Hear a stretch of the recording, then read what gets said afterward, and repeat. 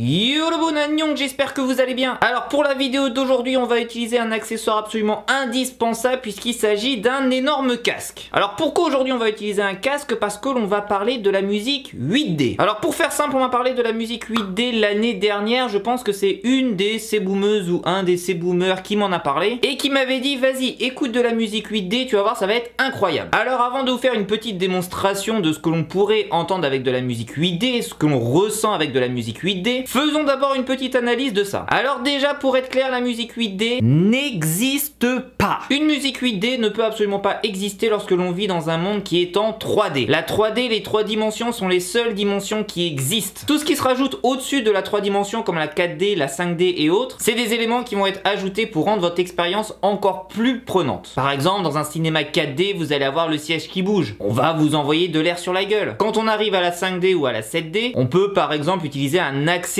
pour aller shooter dans l'écran et faire que l'histoire évolue. Mais scientifiquement, nous vivons dans un monde en 3 dimensions. Et donc la musique 8D ne va absolument rien dire en elle-même. On va juste dire que c'est un nom marketing qui est utilisé pour vous donner une nouvelle expérience. Alors pour faire simple, la musique 8D, c'est une musique qui va un petit peu se balader entre vos oreilles. Normalement, lorsque vous écoutez une musique classique, le son vous arrive dans vos 2 oreilles en même temps. Et lorsque vous utilisez un casque, eh bien vous êtes vraiment englobé dans cette musique. Et bien la musique 8D, elle va vous faire voyager le son. C'est-à-dire qu'elle va passer de l'oreille gauche à l'oreille droite, c'est-à-dire qu'elle va aller plutôt en avant ou plutôt en arrière, et elle va vous donner cette sensation vraiment de mouvement. En fait, ce qui se rapproche le plus de la musique 8D, c'est ce qu'on appelle le son ambisonique. Le son ambisonique, en fait, c'est un procédé d'enregistrement qui va vous rendre vraiment dans une immersion totale. C'est souvent utilisé dans la réalité virtuelle, et pour faire simple, en fait, le son ambisonique est enregistré comme si le son était projeté dans un dôme. C'est-à-dire que le son va aller percuter les parois et revenir vers l'enregistreur. Mais bien évidemment, tout ça est enregistré de manière virtuelle. Il n'y a pas de dôme qui existe, c'est juste au moment de l'enregistrement, il va créer ce dôme. Donc ce qui pourrait être le plus proche de la musique 8D en réalité, c'est le son ambisonique. Mais bref, on va pas parler de son ambisonique aujourd'hui, puisque 99% des sons qu'il y a notamment sur YouTube et qui se dit 8D, n'est en réalité que de la contrefaçon. Ce n'est qu'une musique en 3D qui va voyager via certaines techniques. Les techniques les plus utilisées sont extrêmement simples. En fait, lorsque vous utilisez un casque et que vous écoutez de la musique, eh bien il y a un son qui arrive dans votre oreille gauche et il y a un son qui arrive dans votre oreille droite. Et toutes les personnes qui vont uploader des vidéos sur YouTube, qui vont uploader des sons sur YouTube, ne vont rien faire d'autre que changer le niveau sonore entre l'oreille droite et l'oreille gauche. Et en fait, en changeant progressivement le volume de chaque oreille, eh bien vous avez cette impression de voyage, vous avez cette impression de mouvement. Et c'est la seule technique qui est utilisée et qui vous fait appeler ça 8D. Mais honnêtement, techniquement, ça n'a absolument rien de concret. Il n'y a pas 8 dimensions autour de vous. Alors j'avais déjà écouté de la musique 8D une fois peut-être l'année dernière, et je me suis dit pourquoi pas aujourd'hui vraiment aller dans le fond du sujet et surtout réécouter de la musique 8D. Et bien ce que l'on va faire maintenant, c'est qu'on va écouter de la musique 8D et je vais vous donner un petit peu le sentiment que j'ai en écoutant ce genre de chanson. Je vais mettre mon casque dans les oreilles, je vais vous mettre dans le fond la musique que je suis en train d'écouter. Alors je sais pas si vraiment dans la vidéo vous verrez un petit peu les intensités et les changements de mouvement, mais je vous dirai un petit peu en vocal ce que je ressens et où est-ce que j'entends le son. C'est parti pour la première musique, Icon Chuketa. Donc bien évidemment pour ce genre d'expérience, il faut se munir d'un énorme casque que j'entends absolument plus rien autour, et on va balancer la petite musique sur le téléphone. Alors je vais essayer de vous faire des petits mouvements de main pour vous dire où est-ce que j'entends la musique, où est-ce que j'ai l'impression que la musique se situe en ce moment même, et puis on verra à la fin de la chanson un petit peu le sentiment général par rapport à ça. Bon, alors on est parti, on écoute la musique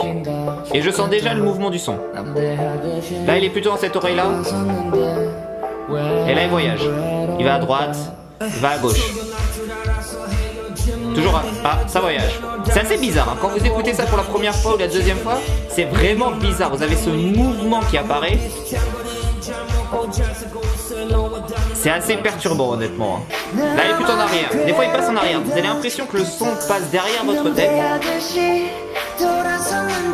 Mais honnêtement, techniquement, il n'y a rien d'extraordinaire. C'est-à-dire qu'à un moment donné, le son va être que dans cette oreille-là, puis progressivement, il va y avoir le son que dans cette oreille-là, et c'est ça en fait qui va vous donner l'impression de mouvement. C'est intéressant d'écouter une musique comme ça, mais honnêtement, je vois pas ce que ça apporte en fait. Bon, je vais arrêter la musique parce qu'en fait, j'arrête la musique parce qu'en fait, j'ai ce sentiment d'être dans un bateau et d'avoir l'estomac qui commence vraiment, vous savez, un peu à avoir ce mal de mer. En fait, à force d'avoir ce mouvement qui passe de droite à gauche, bah en fait vous avez votre cerveau qui n'arrive plus à se situer. En tout cas, moi c'est l'impression que j'ai en écoutant ce genre de musique. Donc là, je viens juste d'arrêter d'écouter la musique et j'ai déjà un mal de tête. J'ai un petit peu mal au ventre, comme je le disais, comme si j'étais sur un bateau, et presque j'aurais envie de gerber. Le pire, c'est quand vous bougez votre tête en écoutant la musique. Alors je sais pas si parmi la communauté il y en a qui écoutent des heures et des heures de musique 8D, mais honnêtement, juste après 30 secondes, 1 minute à avoir écouté ça, bah moi perso ça me rend malade quoi. Donc je vais pas en écouter plus. Je m'étais dit au début de la vidéo peut-être que je vais faire 2-3 chansons, mais clairement moi ça me retourne le cœur, donc on va pas le faire, sinon je vais aller vomir dans les toilettes. Donc la musique 8D n'a absolument rien de révolutionnaire. On va dire que c'est un délire entre certaines personnes. Pour moi, faire bouger la musique comme ça de droite à gauche, à part me rendre malade, ça me fait pas profiter de la musique. Je préfère que la musique soit statique mais qu'elle soit d'excellente qualité, et je pense que je vais aller juste m'asseoir parce que j'ai un peu la tête qui tourne en fait. Bref voilà, j'espère que vous en aurez appris un petit peu plus sur la musique 8D qui techniquement n'a absolument rien de 8D, et on se retrouve dans les prochains jours pour une nouvelle vidéo. Nei Tashiman Nayon, Annyeong.